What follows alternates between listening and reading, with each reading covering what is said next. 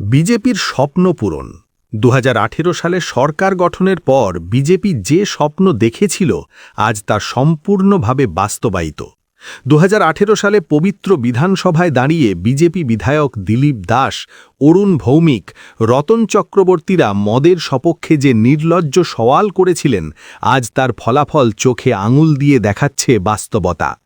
বিপ্লব কুমার দেবের নেশামুক্তি, মানিক সাহার আমলে ভুক্তা আদালত থেকে টিপিএসসি চেয়ারম্যান, মঙ্গলদেব বর্মা থেকে তফাজ্জল, অপু থেকে সঞ্জিত, সবাই চোখে আঙুল দিয়ে দেখিয়ে দিচ্ছে। মদের সমর্থনে সেদিন বিধানসভায় দাঁড়িয়ে বিজেপি বিধায়ক দিলীপ দাস কি বলেছিলেন শুনুন। সোজা ইয়েতে গিয়ে বসবে, গরমের দিনে খেতে পারে, এসি কেবিনে, এটা সব জায়গায় হয়, বড় বড় শহরে সব জায়গায় আছে।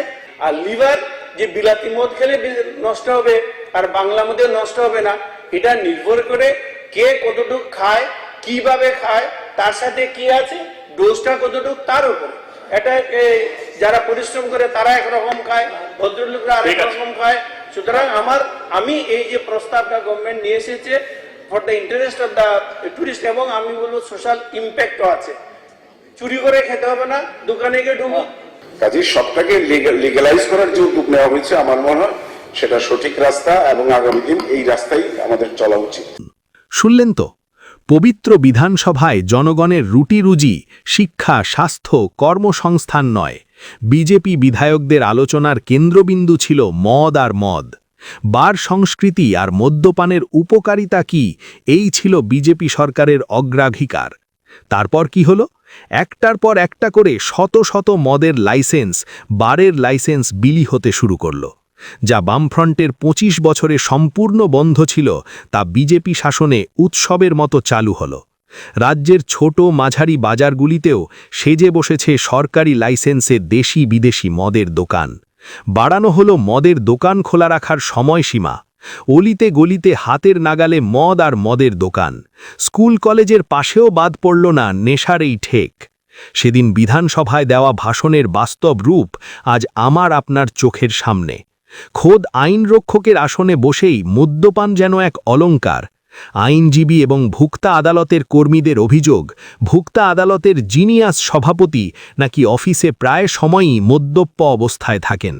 ওনার এই ভিডিও সোশ্যাল মিডিয়াতে প্রচার হওয়ার পর অনেক আইনজীবীই বলাবলি করছে তিনি অনেককেই হিন্দু সনাতনী বিষয়ক ক্লাস করাতেন। তিনি নিজেকে অনেক বড় হিন্দু, অনেক বড় সনাতনী বলে প্রচার করতেন। নিজেকে হিন্দু সনাতনী পরিচয় দিয়ে অফিসে সকলকে আতঙ্কিত করে রাখতেন। সেই ব্যক্তি আজ অফিসকে বার বানিয়ে ফেলেছেন। কয়েকদিন আগেই দেখেছে গোটা রাজ্য আরেক জিনিয়াস টিপিএসসি চেয়ারম্যানের তাণ্ডব। আর আজ আদালত চত্বরে সেই নেশার বেপরোয়া রূপ। ধন্য বিজেপি শাসন, ধন্য বিপ্লব দেব, ধন্য মানিক সাহা। ঘরে ঘরে চাকরি দিতে না পারলেও দুয়ারে দুয়ারে নেশা পৌঁছে দেওয়ার কৌশলে আপনাদের জিনিয়াস উদ্যোগের কোনো কমতি নেই। বিধানসভায় মন্ত্রী বিধায়কদের সেই ভাষণেই স্পষ্ট ছিল ত্রিপুরার ভবিষ্যৎ দিশা।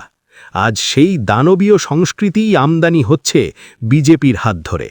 তারই পরিণতিতে স্কুল ড্রেস পরা ছাত্ররা আজ মদের বোতল নিয়ে রাস্তায় বসছে।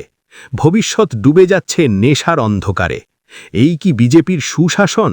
এই কি ত্রিপুরার উন্নয়ন?